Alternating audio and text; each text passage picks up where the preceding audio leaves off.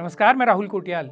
हफ्ते भर की छुई बात समेटे हम हाजिर हैं अपने साप्ताहिक कार्यक्रम के साथ, जिसका नाम है एक्स्ट्रा कवर। सबसे पहले तो विशेष शुक्रिया और आभार हमारे उन तमाम दर्शकों का जो निर्लज्ज अधिकारियों और दर्जाधारियों को घचोरने वाली हमारी मुहिम का अहम हिस्सा बन चुके हैं और लगातार ये तस्वीरें हमें भेज रहे हैं।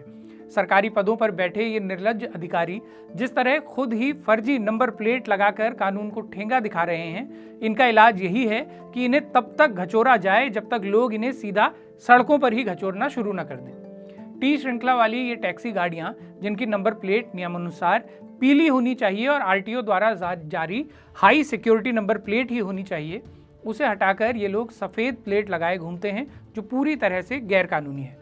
उत्तराखंड पुलिस भी बाइक वालों के चालान काटने और गाड़ी सीज करने पर अपनी पीठ खूब थपथपाती है, लेकिन पुलिस की क्या मजाल कि ऐसी गाड़ियों के चालान काटना शुरू कर सके। उल्टा ऐसी गाड़ियों के सामने से गुजरने पर पुलिस सैल्यूट मारने को ही मजबूर रहती है। ऐसे में अब आम जनता ही है जो इन्हें सबक सिखा सकती है और इनका चालान भले ही आम लोग न कर पाएं, लेकिन चौक चौराहों पर जहां भी ऐसे अधिकारी और दर्जाधारी खड़े मिलें, इन्हें घचोर तो सकते ही हैं। आम आदमी बेचारा यही सोचकर बौग मार जाता है कि हकदरों थे शर्म नहीं बल्कि दिगदरों ही सह। लेकिन ऐसे बौग मारने के चलते ये बाटा का हगाड़ इनकी संख्या बिज्जा बात की बढ़ गई है। इसलिए ज़रूरी है कि इन्हें लगातार घचोरा जाए ताकि शर्म दिगदरों को नहीं हकदरों को ही आए। बहरहाल आगे बढ़ते हैं इस हफ्ते की कुछ मुख्य खबरों की तरफ। बीते हफ्ते चमोली जिले से एक ऐसी खबर सामने आई जिसने पहाड़ के पूरे समाज को शर्मिंदा किया। ये खबर थी 19 साल की सुमित्रा के नंदाकिनी नदी के वेग में समाते हुए जान गंवा देने की। बताया जा रहा है कि 15 अगस्त के दिन सुमित्रा नंदाकिनी नदी के पास कपड़े धोने गई थी और इसी दौरान नदी के तेज बहाव की चपेट में आ गई। शुरुआत में सुमित्रा के बह जाने की सिर्फ आशंका ही जताई जा रही थी, लेकिन 22 तारीख को उनका शव नंदानगर के पास गुलाडी गांव के पास बरामद हो गया। ये घटना इसलिए भी बेहद गंभीर है क्योंकि इसके पीछे हमारे समाज का ऐसा रूढ़िवादी चेहरा छिपा है जिस पर हम हमेशा बात करने से बचते आए हैं। लेकिन सुमित्रा की मौत के बाद उनके क्षेत्र की ही कुछ महिलाओं ने इस बारे में खुलकर बोला है कि कैसे एक कुप्रथा सुमित्रा की मौत का कारण बनी।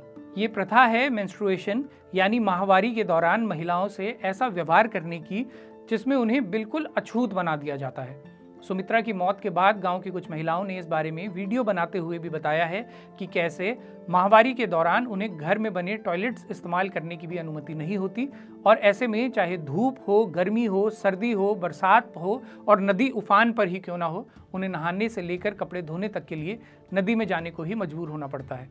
दुर्भाग्य ये है कि ऐसी कोई घटना हो जाने के बाद भी हम एक समाज के तौर पर इन रीतियों पर पुनर्विचार नहीं करते, बल्कि ये तर्क देते हुए मामले को ही खारिज कर देने पर उतर आते हैं कि इससे गांव की बदनामी होगी। असल में ये मसला सिर्फ एक गांव का या एक जगह का या किसी एक क्षेत्र का नहीं है। गढ़वाल से लेकर कुमाऊं तक और देश के कई अन्य हिस्सों में भी आज तक ये भेदभाव महिलाओं के साथ किया जाता है। पहाड़ के तो कई गांव ऐसे हैं जहां ये एक सामान्य बात मानी जाती है कि माहवारी के दौरान महिलाएं किचन से दूर रहेंगी, उनका रहना सोना अलग होगा और ये रहना सोना पहाड़ में अक्सर फिर गाय भैंसों के साथ करवाया जाता है। जैसे कई जगह आज भी नवजात शिशु के होने पर जच्चा बच्चा को गौशाला में ही रखे जाने की प्रथा है। कुछ जगह इस रीति में इतना परिवर्तन ज़रूर आया है कि इन महिलाओं को गर्म पानी अलग से दे दिया जाता है जिसका इस्तेमाल वो दूर बने किसी शौचालय में कर सकती हैं, लेकिन कई जगह इसकी न तो सुविधा है और न ही इजाज़त। ऐसे में महिलाओं को उतने दिन घर से दूर रहने के साथ ही नहाने के लिए और अपने कपड़े धोने के लिए भी नदी तक ही जाना पड़ता है। ये व्यवस्थाएं आज भी पहाड़ में जगह जगह मौजूद हैं, इसलिए सुमित्रा के साथ जो हुआ उस पर बात करना उनके गांव की बदनामी का सवाल नहीं है, बल्कि पूरे पहाड़ की रूढ़िवादी सोच पर पुनर्विचार करने का मसला है। क्योंकि ये कहानी सिर्फ एक गाँव तक सीमित भी नहीं है। पहाड़ की समस्याओं को लेकर हम अक्सर सरकारों पर निशाना साधते हैं, जो कि साधना सही भी है क्योंकि सरकार की ही जिम्मेदारी होती है पहाड़ के कठिन जीवन को सुलभ बनाने की। लेकिन पहले से ही कठिनाइयों से भरे पहाड़ के जीवन को कुछ सामाजिक कुरीतियां भी बेहद कठिन बना देती हैं, जिनके चलते महिलाओं की जान तक चली जाती है। ये भी दुर्भाग्य है कि ऐसी कुरीतियों को डिफेंड करने के लिए कई लोग तर्क देते मिलते हैं कि ऐसा तो महिलाओं की भलाई के लिए ही किया गया है, क्योंकि माहवारी के दौरान घर का चूल्हा चौका और अन्य काम न उन्हें करने पड़े और ताकि उन्हें इस दौरान कुछ आराम मिल जाए, इसलिए ये प्रथा बनाई गई है। ऐसे तर्क करने वालों से पूछा जाना चाहिए कि अगर प्रथा वाकई इसलिए बनी है तो उन्हें इस दौरान महिलाओं को और भी ज़्यादा पैम्पर करते हुए दिखना चाहिए था। उनकी ऐसी देखभाल होनी चाहिए थी कि उन्हें घर से बाहर ही ना निकलना पड़े। ये क्या बात हुई कि तुम्हें आराम की ज़रूरत है इसलिए तुम घर से निकल जाओ, घर का टॉयलेट भी इस्तेमाल ना करो और अपने कपड़े धोने या नहाने के लिए नदी से पहले कहीं रुको तक नहीं। परंपराओं का सम्मान करना एक बात है, लेकिन परंपरा के नाम पर ऐसी रीतियों का बचाव करना जो किसी के लिए शोषण का सबसे बड़ा कारण बन चुकी हों, इस सोच से हमें खुद ही निकलना होगा। और इसका पहला पड़ाव तो ये स्वीकारोक्ति ही होगी कि हम ईमानदारी से स्वीकार करें कि हाँ, हमारे समाज में आज भी महिलाओं से ऐसा भेदभाव किया जाता है, जिसे बदलने की सख्त ज़रूरत है। इस स्वीकारोक्ति के साथ ही आगे की राह सुनिश्चित हो सकती है, वरना एक समाज के तौर पर भी अगर हम अपनी नाकामियों को वैसे ही नकारते रहेंगे जैसे हमारे नेता अपनी नाकामियों को सिरे से खारिज कर देते हैं, तो नतीजा भी वही होगा जो पहाड़ का इतने सालों से हो रहा है। इन दिनों बरसात का मौसम है तो पहाड़ में जगह जगह विकास के दावों की पोल भी खूब खुल रही है। बीते हफ्ते ही प्रदेश में अलग अलग जगह 218 से ज़्यादा सड़कें बरसात में होने वाले भूस्खलन के चलते बंद रही। हिंदुस्तान अखबार की इस खबर के अनुसार इसी साल जनवरी से अब तक सड़क हादसों और आपदाओं में 246 लोगों की उत्तराखंड में मौत हो चुकी है और 878 लोग गंभीर रूप से घायल हुए हैं। इसके अतिरिक्त 9 लोग आज भी लापता बताए जा रहे हैं। सड़कों की स्थिति ऐसी है कि सरकार इसी मुद्दे पर अपनी पीठ सबसे ज़्यादा थपथपाती है, लेकिन आप चाहे रुद्रप्रयाग बाजार की ये तस्वीरें देखिए या फिर हरिद्वार के ज्वालापुर की ये तस्वीरें, पहाड़ से लेकर मैदान तक सड़कों पर एक समान ही कांटे लगे हुए हैं। हरिद्वार से हमारे जिस दर्शक ने हमें ये तस्वीर भेजी है, उन्होंने ये भी बताया है कि वो सीएम हेल्पलाइन से लेकर पीएमओ तक को सड़क की दुर्दशा कई बार बता चुके हैं, लेकिन समाधान अब तक नहीं हुआ है। उन्होंने ये भी बताया है कि पिछले साल उन्होंने जब सीएम हेल्पलाइन पर शिकायत की थी, उसके बाद सड़क की मरम्मत के लिए 95 लाख रुपए स्वीकृत हुए थे, लेकिन काम के नाम पर सड़कों पर सिर्फ ऐसे टल्ले लगाए गए कि पहली ही बरसात में बह गए और सड़क फिर से चांद की सतह जैसे बन पड़ी। सड़कों के मामले में सरकार कैसे काम करती है, ये अपने आप में एक दिलचस्प केस स्टडी होनी चाहिए। एक तरफ ये तस्वीरें हैं जो मुख्यमंत्री धामी के विधानसभा क्षेत्र की हैं। ये मोस्टा ग्राम पंचायत का बकोड़ा गांव है, जहां 80 साल के दीवान सिंह को लोग 8 किलोमीटर इसी तरह से लेकर जाने को मजबूर हैं। ये कहानी पहाड़ के दर्जनों नहीं बल्कि सैकड़ों गांवों की है, जिसे हम एक्स्ट्रा कवर के पिछले कई एपिसोड्स में उठा भी चुके हैं। इन गांवों तक सड़क पहुंचाना सरकार की प्राथमिकताओं में नहीं होता, न ही उन सड़कों की मरम्मत सरकार की प्राथमिकता होती है जिन सड़कों पर चलना लोगों के लिए मौत के कुएं में मोटरसाइकिल चलाने जैसा जोखिम भरा हो चुका होता है। लेकिन हाईवे को और ज़्यादा चौड़ा करना सरकार के लिए प्राथमिकता बनी रहती है। क्यों? क्योंकि कमीशन का मीट भात उसी में बढ़िया सपोड़ा जाता है। दूसरा, ये भी बहुत दिलचस्प है कि पहाड़ में भले ही गांव की सड़क का सवाल हो, अस्पतालों की दुर्दशा का मसला हो या फिर स्कूलों के बांझा पड़ने की कहानी, इन सब में सरकार एडाट मचा देती है कि हमारे पास बजट की कमी है। जबकि देहरादून से दिल्ली तक पोस्टर लगाने के लिए और इवेंट्स करवाने के लिए सरकार के पास हज़ारों करोड़ का बजट हमेशा तैयार रहता है। कुछ समय पहले ही देहरादून में भी एक आयोजन किया गया था। इस आयोजन का नाम था लोक संवर्धन पर्व 2026। यूँ तो इस आयोजन को 11 से 15 जुलाई तक होना था, लेकिन लास्ट मोमेंट पर इसे 2 दिनों के लिए और आगे बढ़ा दिया गया।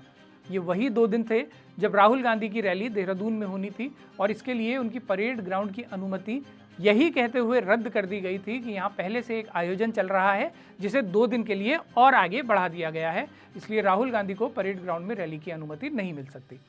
कुछ समय पहले हमने सूचना के अधिकार में सरकार से पूछा था कि उस आयोजन में, जिसमें ठीक राहुल गांधी के प्रोग्राम वाले दिन सरकार ने लास्ट मोमेंट में जैस्मिन सैंडलर्स का कार्यक्रम रखवा दिया था, उस कार्यक्रम में कितना पैसा खर्च हुआ। इसके जवाब में हमें कुछ दिलचस्प सूचनाएं केंद्र सरकार और उत्तराखंड सरकार से हासिल हुई। पहले बात करते हैं केंद्र से मिले जवाब की। तो मिनिस्ट्री ऑफ माइनॉरिटी अफेयर्स ने सूचना का जवाब देते हुए बताया है कि उन्होंने इस आयोजन के लिए उत्तराखंड सरकार के अल्पसंख्यक कल्याण तथा वक्फ विकास निगम को पहली किस्त के तौर पर 1,46,75,000 रुपए दिए हैं, जो कि कुल रकम का 50% है। अब इस लिहाज से देखें तो केंद्र की तरफ से इस आयोजन के लिए कुल 2,93,50,000 रुपए बनते हैं, लेकिन मामला इतना सीधा है नहीं। इस आयोजन में खर्च कितना हुआ उसे इस आंकड़े से भी समझिए जो उत्तराखंड सरकार के अल्पसंख्यक कल्याण तथा वक्फ विकास निगम से हमें मिला है। उन्होंने बताया है कि इस आयोजन के लिए टेंडर जारी किए गए थे, जिसके बाद the big daddy events Dehradun को आयोजन की कमान सौंपी गई और सूचना दिए जाने की तिथि तक इस एजेंसी को निगम ने पहली किस्त के रूप में 1,82,81,200 रुपए का भुगतान किया है। इस पर भी तुर्रा ये है कि 1,82,00,000 की पहली किस्त तो उस अनुबंध के अनुसार थी जो सिर्फ 5 दिनों का कार्यक्रम था, यानी जैस्मिन सैंडलर्स के साथ ही 16 और 17 तारीख को जो अन्य कलाकार आए उनकी फीस और प्रतिदिन का अन्य खर्च इस आंकड़े में तब शामिल ही नहीं था। इसी संबंध में साप्ताहिक समाचार पत्र ढूंगा पहाड़ का ने भी आरटीआई के जरिए कुछ सूचनाएं ली हैं और उन्हीं के आधार पर एक विस्तृत रिपोर्ट की है। इस रिपोर्ट के अनुसार 14 जुलाई को केंद्र सरकार के अल्पसंख्यक कार्य मंत्रालय ने लोक संवर्धन पर्व को 17 जुलाई तक बढ़ाने के आदेश दिए थे।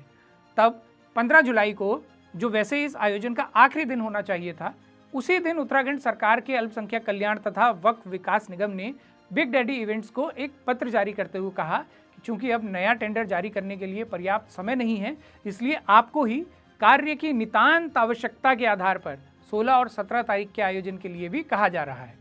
साथ में इसमें कहा गया कि पर्व की समाप्ति पर वास्तविक बिल भुगतान हेतु इस कार्यालय में प्रस्तुत कर दिए जाएं।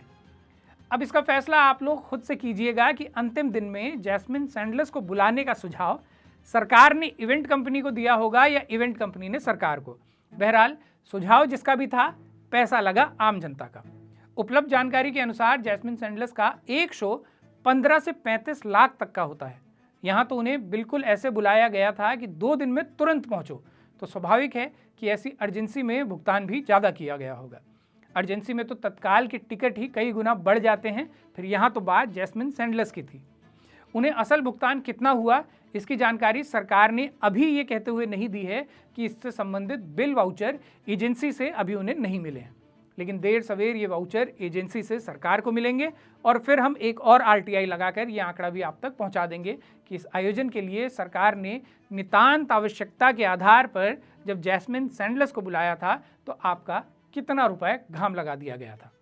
फिलहाल अभी तक उपलब्ध आंकड़ों के अनुसार इतना तो स्पष्ट है कि इसमें 3,65,62,400 रुपये तो न्यूनतम लगे, जिसमें उन 2 दिनों का आंकड़ा शामिल तक नहीं है जब जैस्मिन सैंडलर्स और बाकी कलाकारों को नितांत आवश्यकता के आधार पर धय लगाकर बुलाया गया। करोड़ों रुपए के ऐसे आयोजन आने वाले दिनों में और भी तेज होंगे, क्योंकि चुनाव जो होने वाले हैं।